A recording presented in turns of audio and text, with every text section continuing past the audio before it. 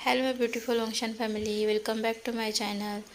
My handsome but crazy husband का next part start करते हैं। पिछले पार्ट में हम लोगों ने देखा था कि विंग ने पूरी पार्टी को कैसे पूरी तरीके से मैसी कर दिया था। यहाँ तक कि बच्चे बूढ़े सब पूरी तरीके से केक में भिगोए हुए थे। फूड फाइटिंग की पूरी पार्टी को तहस नहस कर चुका था विंग। वांग जी उसे वहाँ से ले जाकर क्लीन कर कर उसे सुलाता है। दोनों साथ में कटल कर कर सोते हैं। लेकिन अगली सुबह जब विंग उठता है तो वो पूरी तरीके से अब फ्रेश हो चुका था। लेकिन वांग जी की सुबह तो विंग के पीछे दौड़ते हुए ही स्टार्ट हो चुकी थी। विंग को नहलाना, उसको तैयार करना, रेडी कर कर फिर से खिलाना, यहाँ तक कि उसका ब्रश भी वांग जी ने अपने हाथों से किया था। पूरी तरीके से रेडी करने के बाद वांग जी उसे ब्रेकफास्ट करने के लिए नीचे ले जाता है। ब्रेकफास्ट करने के बाद वांग जी अपने कॉलेज के लिए जाने ही वाला था कि विंग उसका हाथ पकड़ते हुए कहता है, तुम कहाँ जा रहे हो मुझे छोड़कर। वांग जी कहता है, बस अब मुझे कॉलेज जाना है विंग, और तुम्हें मुझे वांग जी नहीं बल्कि जान जान कहना है। विंग कहता है, जान, लांजन। ओह, ये अच्छा साउंड करता है, लांजन। और तुम कॉलेज क्यों जा रहे हो? वांग जी कहता है, क्योंकि मेरा अभी कॉलेज कंप्लीट नहीं हुआ है। विंग कहता है, तो ठीक है, मैं भी तुम्हारे साथ आऊँगा, हम साथ में मस्ती करेंगे कॉलेज में। वांग जी कहता है, मैं वहाँ स्टडी करने के लिए जा रहा हूँ, ना कि मस्ती करने के लिए। विंग कहता है, नहीं मुझे जाना है, बस तुम्हारे साथ जाना है, जाना है, जाना है। वो अपने बच्चों के जैसे पैर पटकने लगता है और अपने हाथ झटकने लगता है। फेंगमैन और वांग जी एक दूसरे को देखने लगते हैं। वांग जी नोट करता है और फेंगमैन कहते हैं, ठीक है, आप जग सकते हैं छोटी यंग मास्टर। लेकिन वांग जी को देखते हुए कहते हैं, आपको कुछ बॉडीगार्ड अपने साथ ले जाने होंगे। वांग जी नोट करता है और वहाँ से चले जाते हैं। दोनों बेहद ही खूबसूरत तरीके से कॉलेज की तरफ जब एंट्री करते हैं तब सारे लोग उन्हीं को देख रहे थे। उन्हें देखते हुए जल भून रहे थे। कॉलेज की लड़कियां तो कहती है, ओ गॉड, ये दोनों हैंडसम इंसान, हम दोनों के मिलने के बजाय इन खुद ही एक दूसरे से शादी कर ली। ओ शिट, काश ये हम लोगों में से किसी एक के साथ शादी कर लेते तो लड़की बहुत ही किस्मत होती। सारे कॉलेज में अफरा तफरी मच चुकी थी कि दो बेहद ही खूबसूरत और हॉट बॉयज़ अपने कॉलेज में एंट्री कर चुके हैं। लेकिन लड़कियां कहती है, ओह ये तो कुछ नहीं, ये तो पागल है। लेकिन जब ईवो वांग जी उन्हें घूर कर देखता है तो वो अपनी लिप्स बाइट कर लेती है और इधर उधर देखने लगते हैं। कॉलेज के प्रिंसिपल को विंग के पिता ने पहले ही कहा था कि आज उनका बेटा कॉलेज आने वाला है, इसलिए प्रिंसिपल ने उन्हें परमिशन दे दी थी, क्योंकि उन्हें पता था कि इतने बड़े इंसान के साथ वो बहस नहीं कर सकते। वांग जी अपने लैब में चला जाता है जहां वो विंग को एक चेयर पर बिठा देता है। विंग वहाँ वांग जी को नोट करता है और वहाँ बैठ जाता है। दोनों अपने अपने काम पर थे। विंग बैठा हुआ था और वांग जी अपना लैब में काम कर रहा था। लेकिन मज़ा तो तब आता है जब विंग का ध्यान सब इधर उधर देखने पर लगा हुआ था कि रंग बिरंगी केमिकल्स उसकी ओर देखने लगते हैं। और विंग अपने दिल ही दिल में बहुत खुश होता है। और वांग जी का ध्यान जब उसकी ओर नहीं था तब वहाँ से चुपके से निकल जाता है। लैब में जाकर वो कुछ केमिकल को उठाता है और एक कोने में जाकर वहाँ पर कुछ मिक्स करने लगता है। लेकिन तभी एक बड़ा सा धमाका धड़ाम से हो जाता है, जिस वजह से पूरे कॉलेज में अफरा तफरी मच जाती है कि आखिर क्या हुआ। कुछ लोगों को तो लगता है कि कहीं भूकंप आ गया या बम स्फोट हो गया, जिस वजह से कॉलेज में के सब लोग बाहर आते हैं और लैब की ओर दौड़ने लगते हैं, क्योंकि आवाज़ लैब की ओर से आया था। जब जान को वांग जी देखने लगता है तो वह वहाँ पर नहीं था। वांग जी घबरा गया था और इधर उधर वो विंग को ढूंढने लगता है, लेकिन विंग वहाँ पर नहीं था। जब वांग जी का ध्यान उस ओर जाता है तो वो देखने लगता है कि कोई इंसान वहाँ पर हिल रहा है। लेकिन वो जब देखता है एक भूतिया शक्ल वाला इंसान उसकी ओर आ रहा है, तो वांग जी झट से उछलता है और पीछे की ओर भूत भूत कह के दौड़ लगता है। भूत भूत भूत, और वो ज़ोर से चीखते हुए वहाँ से दौड़ने लगता है। लेकिन तब वो कहता है, लानजान लानजान, ये मैं हूँ लानजान।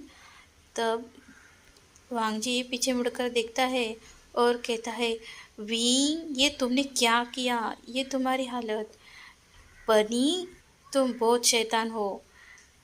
को देखते हुए विंग कहता है, मैं विंग हूँ, मैं बनी नहीं हूँ, किसने कहा मैं बनी हूँ? शट अप और यहाँ से चलो। वांग जी उसे घसीटते हुए वॉशरूम के अंदर लेकर जा रहा था। तभी विंग कहता है, रुको ना ज़रा, मुझे कुछ और कलर्स खेलना है। वांग जी उसे घूर कर देखता है। उसे देखते हुए विंग अपनी नज़र नीचे कर लेता है और अपने हाथ की बोटों के साथ खेलने लगता है। कहता है, वांग जी लंजा सुनो ना, क्या तुम मुझसे नाराज़ हो? वांग जी रुक जाता है और विंग की ओर देखने लगता है। हाँ, मैं तुमसे नाराज़ हूँ, किसने कहा था तुम्हें वो सब करने के लिए? विंग कहता है, मुझे तो वो खेलने की चीज़ें लगी क्योंकि वहाँ पे सब रंगी बिरंगी चीज़ें थी, चमकीला था, तो मैंने सोचा कि मैं उनके साथ खेल लूँ, बहुत मज़ा आएगा। वांग जी को अपनी गलती का एहसास होता है और कहता है, ठीक है अब चलो, तुम्हें कहीं चोट तो नहीं लगी? विंग कहता, हाँ, मेरी कान ना बहुत दर्द कर रहे हैं, पता है उन्हें आवाज़ कितना बड़ा था, उसका आवाज़ की वजह से मेरी कान में बहुत दर्द हो रहा है। वांग जी कहता है, ठीक है हम वहाँ पे दवाई लगाएंगे। विंग कहता है, सच में तुम मेरी केयर करोगे? वांग जी नोट करता है और उसे फिर से घसीटते हुए लेकर जाता है। तब तक गार्ड्स कुछ कपड़े विंग के लिए ले आते हैं। वांग जी उसे क्लीन करवाता है और उन कपड़े को पहनाता है। विंग वांग जी को नोटिस कर रहा था। वांग जी का ध्यान पूरी तरीके से उसे ड्रेसअप करने में था, लेकिन तभी विंग करीब करीब आते हुए वांग जी के बेहद ही करीब आता है और उसके लिप्स पर सॉफ्ट सा किस करता है, जिस वजह से वांग जी शौक से विंग को देखने लगता है और कहता है, तुमने ये क्या किया? विंग कहता है, लैंजा मैं तुमसे प्यार करता हूँ, तुम मुझे बहुत पसंद हो, तुम मेरी माँ की तरह मेरा ख्याल रखती हो, तुम बहुत अच्छे हो। और उसके चिक्स पर फिर से किस करता है। वांग जी के चिक्स और कान पूरी तरीके से रेड हो चुके थे। उसे समझ में नहीं आ रहा था कि जान ये सब क्या कर रहा है।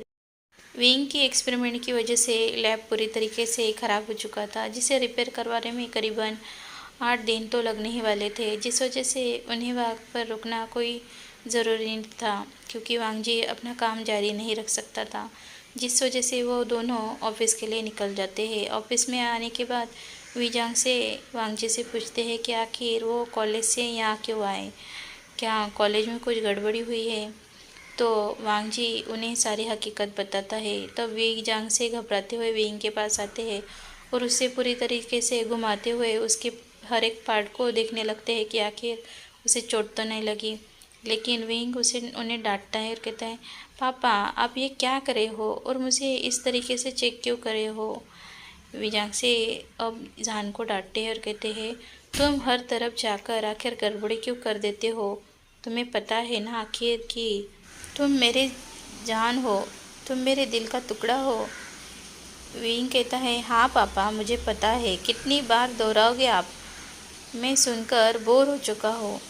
विंग के सिर पर थप्पड़ मारते हुए कहते हैं, अच्छा तुम अब बोर हो चुकी हो, ठीक है। हाँ, तुम्हारे साथ ये तुम्हारा दोस्त जो है, तो तुम्हें अब पापा से बोर हो गए हो। विंग कहते हैं, पापा आप भी ना, पापा आप भी क्या कह रहे हो? ईबो आगे आता है और कहता है, डैड अगर आप चाहे तो मैं आज आपका वर्क करने में मदद करता हूँ। विजांग से कहते हैं, ठीक है, मुझे भी खुशी होगी अगर तुम जल्द से जल्द इस कंपनी को संभालने में मेरी मदद करो। वांग जी नोट करता है और काम को मदद करने में स्टार्ट कर देता है। वीजांग से उसे कंपनी के सारे बारे में बताते हैं, कंपनी का प्रॉफिट, मार्केट्स, शेयर्स, सारी बारे में जानकारी देते हैं। वांग जी भी नोट करता है और पूरी तरीके से काम में झोंक देते हैं। दोनों का ध्यान ही नहीं था कि कब विंग अपने आप ही सो चुका था। उन्हें देखते देखते ही विंग इधर सो चुका था। दोनों जब नोटिस करते हैं कि कमरे में कोई भी दूसरा साउंड नहीं है तो विंग की ओर देखने लगते हैं। तब विंग सो चुका था। वांग जी खड़ा होता है और अपना कोट उतारकर विंग के ऊपर डाल देता है, जिसे देखते हुए वीजांग से मुस्कुराते हैं कि शायद उनका डिसीजन सही था। वांग जी उनके करीब आता है और फिर से काम करना स्टार्ट देता है। लेकिन 2-3 घंटे ही हुए थे कि विंग उठता है और रोने लगता है। वांग जी उसे देखते हुए कहता है, क्या हुआ? विंग कहता है, मुझे भूख लगी है, कब से तुम लोग काम ही कर रहे हो, मैं भूखे पेट ही सो चुका था, तुम लोगों ने मुझे उठाया ही नहीं। दोनों मुस्कुराते हैं और विजांग से कहते हैं, तुम्हें 3 घंटे ही हुए और तुम्हें भूख भी लगी? कितना खाते हो? क्या तुमने ब्रेकफास्ट नहीं किया था सुबह? विंग पाउट करता है और कहता है, पापा मैंने कब कहा मैंने ब्रेकफास्ट नहीं किया? मैंने ब्रेकफास्ट तो किया था, लेकिन ये वांग जी ही था जिसकी वजह से मैं भूखा हूँ। विंग कहता है, विजांग से कहते हैं, क्यों, क्या हुआ? क्योंकि ये कॉलेज जाने वाला था, जिस वजह से मैंने अब भरपेट नाश्ता नहीं किया, ब्रेकफास्ट कम किया था। वांग जी के चेहरे पर भी एक प्यारी सी मुस्कान थी, जिसे देखते हुए विंग कहता है, ओह देखो पापा, ये मुस्कुराता भी है। विजांग से उनके सेक्रेटरी से कहकर उनके लिए लंच मंगवाते हैं। तीनों साथ में लंच करते हैं। वांग जी विंग को फिर से खाना खिलाता है, जिसे देखकर विजांग से बहुत खुश थे और उन्हें कोई रिग्रेट नहीं था अगर उनकी मौत आज भी आ जाए या कल भी हो जाए। वो ये डिसाइड करते हैं कि वो वांग जी को उनके बारे में सारा सच बता देंगे। इसी तरह दिन बीत रहे थे। विजांग से ने उसके बारे में का सारा सच वांग जी को बता दिया था, जिस वजह से वांग जी और भी विंग का ध्यान रख रहा था। अब दिन बीतने के साथ वांग जी और विंग की दोस्ती भी बहुत ही मजबूत हो चुकी थी। विंग को वांग जी के बिना और वांग जी को विंग के बिना बिल्कुल भी नींद भी नहीं आती थी। दोनों एक दूसरे का पूरी तरीके से ख्याल रखते थे और वांग जी की पूरी बातें विंग मानता था।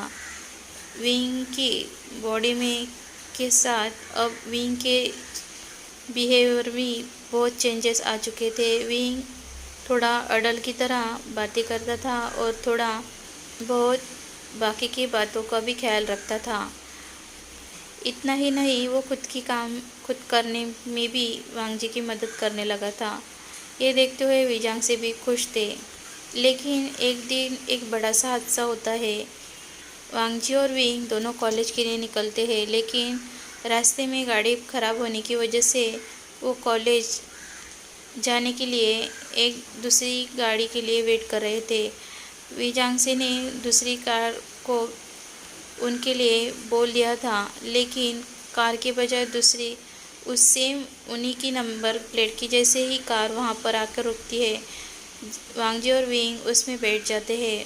वो कार कॉलेज जाने की बजाय एक घने से जंगल की ओर ले जाने लगती है, जिसे देखते हुए वांग जी उस कार को रोकने की कोशिश करता है, लेकिन कार का ड्राइवर उनसे रोकना नहीं चाहता था। विंग को वांग जी पूरी तरीके से अपने आप ले लेता है और पूरे उसे मजबूती से पकड़ लेता है। वांग जी को विंग भी और मजबूती से पकड़ता है। दोनों एक दूसरे को पकड़े हुए थे, दोनों घबराए हुए थे, लेकिन वांग जी विंग को नहीं दिखा था। विंग पूरी तरीके से घबरा चुका था। तभी कार एक सुनसान जगह पर रुकती है, जहाँ पर कोई नहीं था। सिर्फ कुछ लोग वहाँ पर अपने हाथ में एक बड़े से लकड़ियों को लिए हुए थे, जो उन्हें शायद पीटने के लिए थी। कार रुकती है और दोनों को बाहर घसीटते हुए निकाले जाता है। निकालने के बाद सीधा वो वांग जी के ऊपर मारने लगते हैं, लेकिन वांग जी उन्हें फिर से पीटना स्टार्ट करता है। लेकिन एक बार जब वो कोई पीछे से आकर वांग जी के ऊपर मारने ही वाला था कि तभी विंग पीछे से आता है और उसका वार खुद के ऊपर लेता है, जिस वजह से विंग के सर पर वार होता है और विंग के सर पर से खून निकलने लगता है। वांग जी पूरी तरीके से डर चुका था और वो लोग वहाँ पर से भाग चुके थे। कार वहीं पर खड़ी थी और कार का ड्राइवर तक भाग जाता है, लेकिन वांग जी उसी कार में विंग को डालता है और कार को और फिर से शहर की ओर दौड़ाता है, जहाँ कर विंग को हॉस्पिटल में एडमिट किया जाता है। विंग का ऑपरेशन चल रहा था। डॉक्टर्स ने बोला था कि विंग की कंडीशन अच्छी नहीं है, जिस वजह से वांग जी बहुत डर चुका था और रोने लगा था। फेंगमैन और विजांग से दोनों वहां आ चुके थे।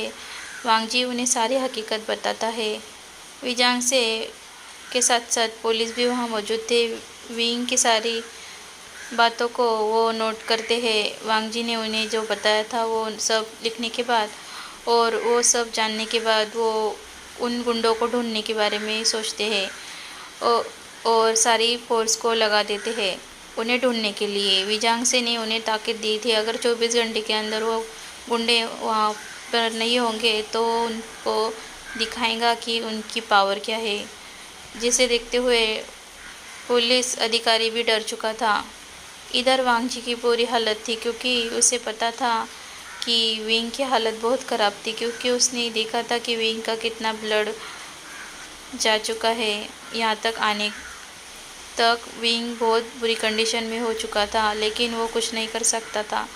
अगर वो ड्राइव ना करता तो या शायद वो यहाँ तक पहुँचने में और कुछ घंटे बर्बाद कर देते, जब तक कि एम्बुलेंस वहाँ आती।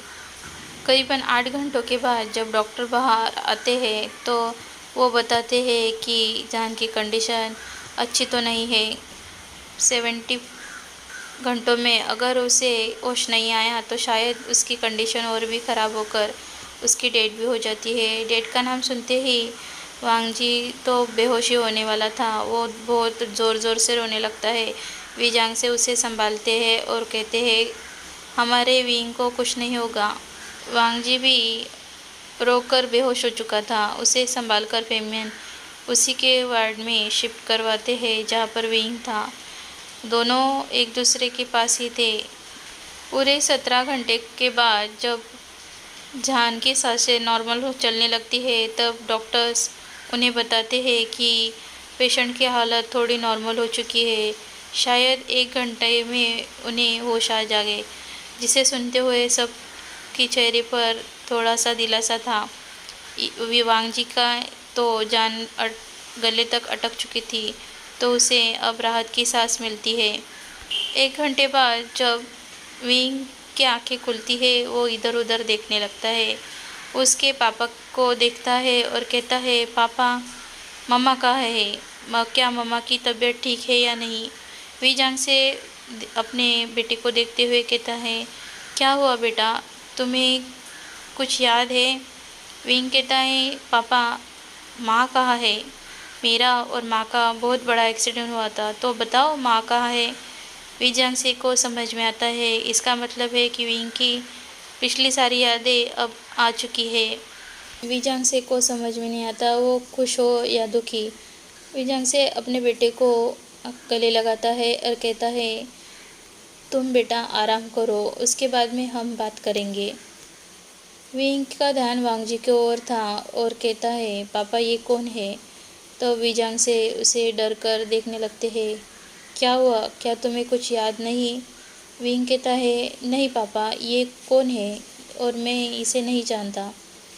वांग जी के दिल में जैसे कोई किसी ने छुरा घोंपा हो ऐसे लगता है। वो उसका दिल बहुत ही दर्द कर रहा था, लेकिन वो कहे तो कहे किसी से। वांग जी ही आगे आते हुए कहता है मैं आपके पापा का नया सेक्रेटरी हूँ। विंग नोट करता है और अपने आँखों को बंद करते हुए वहाँ सो जाता है। फेंगमैन, विजांग से और वांग जी तीनों कमरे से बाहर आते हुए कुछ सोचने लगते हैं। फेंगमैन और विजांग से दोनों वांग जी से कहते हैं आपने ऐसा क्यों कहा। वांग जी कहता है वैसे भी हमारी शादी विंग के सही हालत में नहीं हुई थी, जिससे कोई फ़र्क नहीं पड़ता और अभी उसकी कंडीशन पूरी तरीके से ठीक नहीं है। ये वो सदमा बर्बाद शायद बर्दाश्त ना कर सके या नाराज़ हो जाए। विजांग से और फेमियन दोनों नोट करते हैं और विजांग से वांगजी के सिर पर थपथपाते हुए वहाँ से चले जाते हैं। वांगजी अपने आंसू को इतनी देर तक जब अब दबाए हुए था वो बहने लगते हैं और कहता है, आखिर क्यों मेरे साथ ही ऐसा क्यों होना था, जबकि मैं अभी विंग्स के साथ प्यार करने लगा था। दिन बीत रहे थे। अब विंग में काफ़ी सुधार था। वो घर आ चुका था, उसे हॉस्पिटल से डिस्चार्ज मिल चुका था और विंग अपने कमरे को देखता है जो पूरी तरीके से बदल चुका था और बच्चों के खिलौने भी वहाँ पर पड़े दिखता है। वो सोचने लगता है, क्या पापा ने मेरी शादी करवाई थी या कुछ और। ये बच्चों के खिलौने यहाँ पर क्या है, क्यों है, क्या मेरा कोई भाई है या बहन है। मैं कितने दिनों से बेहोश था। तभी विंग देखता है कि उसके कमरे में किसी और का सामान भी है। विंग उन सामान को देखते हुए सोचने लगता है कि आखिर इन सामान ये मेरा तो नहीं है। तभी वहाँ पर वांगजी आता है। वांगजी को देखते हुए विंग कहता है, तुम यहाँ क्या कर रहे हो, क्या तुम्हें पता नहीं ये मेरा कमरा है। वांगजी नोट करता है और कहता है, हाँ मुझे पता है, लेकिन आपकी हालत बुरी थी जिस वजह से मुझे आपका अभी पर्सनल मेड के रूप में यहाँ पर काम करना पड़ता था, क्योंकि आप किसी के साथ संभाले नहीं जाते थे। विंग कहता है, अच्छा तो तुम यहाँ मेरे साथ मेरे कमरे में रुकते थे। वांगजी हिचकिचाते हुए अपने सिर को हाँ में हिलाता है। विंग देखता है और मुस्कुराते हुए कहता है और ज़ोर ज़ोर से हंसने लगता है, क्या मैं बच्चा था। वांगजी नोट करता है तो विंग उसे देखते हुए कहता है, क्या सच में मैं बच्चा था और ये सब हरकतें करता था, मैं खिलौने से भी खेलता था। ओ गॉड शिट, वैसे मैंने और क्या क्या हरकतें की। वांगजी कहता है और हिचकिचाता है। फिर धीरे धीरे करके वांगजी उसे उसकी हरकतों के बारे में बताता है। लेकिन एक बार जब वांगजी रुकता है तो विंग कहता है, कहो मैंने और क्या किया था। जब वांगजी उसे उस बारे में बताता है कि उसने कैसे उसके कपड़े पहनाने में मदद की थी और साथ में उसके बॉडी पार्ट के बारे में, तो विंग शौक से उसे देखने लगता है और कहता है, क्या तुमने मेरा बॉडी पार्ट देख लिया, वैसे तुम्हें कैसा लगा। विंग की इन बातों को सुनते हुए वांगजी उसकी ओर देखने लगता है और कहता है, क्या, कौन सा पार्ट। ओ चलो भी, क्या तुम्हें समझ में नहीं आया मैं क्या बोल रहा हूँ। वांगजी के पूरे ईयर्स और चिक्स पूरी तरीके से रेड हो चुके थे, यहाँ तक कि उसे हॉट फील हो रहा था। विंग की इन बातों से और कहता है, शेमलेस, और वहाँ से पलट कर जाने लगता है। तभी विंग उसे अपनी ओर खींचता है और कहता है, बताओ ना, क्या वो बड़ा था या छोटा। वांगजी विंग को पुश करता है और कहता है, बेशरम, सेमलेस, और वहाँ से भाग जाता है। वांगजी को देखते हुए विंग मुस्कुरा रहा था, लेकिन विंग अपने दिल पर हाथ लगते हुए कहता है, ओ गॉड, ये कितने तेज़ी से धड़क रहा है, क्यों। विंग शावर लेने के लिए चला जाता है, लेकिन शावर करते हुए उसे कुछ यादें आने लगती है। उसे देखते हुए उसे आंखें बंद करके वो देखने लगता है कि आखिर ये धुंधली सी तस्वीरें क्या थी। बात करके बाद जब विंग बाहर आता है, फिर से वो कबर्ड की ओर जाता है। फिर से उसे कुछ धुंधली सी तस्वीरें दिखने लगती है और उसमें अब वांगजी की छवि उसे क्लियरली दिखने लगती है, जिस वजह से उसे याद आता है कि वांगजी उसके साथ बहुत अच्छा था और वो सच ही कह रहा था। दिन बीत रहे थे और वांगजी और विंग अब साथ थे, लेकिन पहले जैसे नहीं। विंग अब वांगजी के साथ फ्लर्ट करने लगा था, उसके साथ टीज करता था, उसे सताता था, लेकिन उस तरीके से नहीं जैसे वो पहले करता था, बल्कि एक अडल्ट की तरह। और उसके कभी कभी थाइस को पिंच करता था, कभी कभी उसे पीछे से हक करता था। वांगजी भी उसे मना नहीं करता था, लेकिन अभी तक विंग को ये नहीं पता था कि वांगजी उसका हस्बैंड है।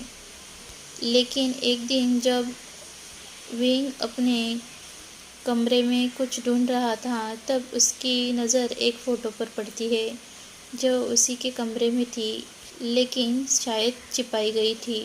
जब वो उन तस्वीरों को देखता है तो वो शौक से अपनी बड़ी सी आँखों को उन्हें देखता है और सोचने लगता है कि इसका क्या मतलब है कि वांगजी मेरा सच में।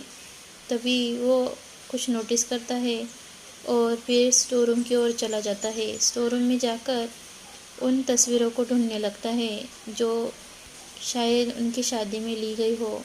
उसे वो एल्बम मिल जाते हैं जिन्हें देखकर वो समझ में आता है कि शायद उसके पापा ने उसकी कंडीशन की वजह से वांगजी के साथ उसकी शादी करवाई हो। लेकिन उसे ये समझ में नहीं आया कि आखिर उसके पापा ने उसे ये सच क्यों नहीं बताया कि उसकी शादी वांगजी के साथ हुई है। वो गुस्से में था, नाराज़ था, जिस वजह से वो वांगजी के साथ भी बात नहीं करता और उसके पिता के साथ भी और फेमियांग के साथ भी, क्योंकि तीनों को सच पता होने के बावजूद भी उन्होंने उससे बताया नहीं था। यहाँ तक कि विंग आज खाना ही नहीं खाता, जिस वजह से वांगजी को समझ में नहीं आता कि आखिर उसे हुआ क्या है। तभी विंग के दिल में एक ख्याल आता है और वो कहता है कि मैं आज बाहर घूमने जा रहा हूँ। सब उसकी ओर देखने लगते हैं और कहते हैं नहीं, तुम नहीं जा सकते। विंग कहता है क्यों, मैं अडल्ट हूँ और मुझे कुछ गर्लफ्रेंड भी तो बनानी चाहिए ना। सब जो खाना खा रहे थे उसे खांसने लगते हैं। वांगजी के तो मुँह से पानी बाहर आ चुका था जो पानी पी रहा था।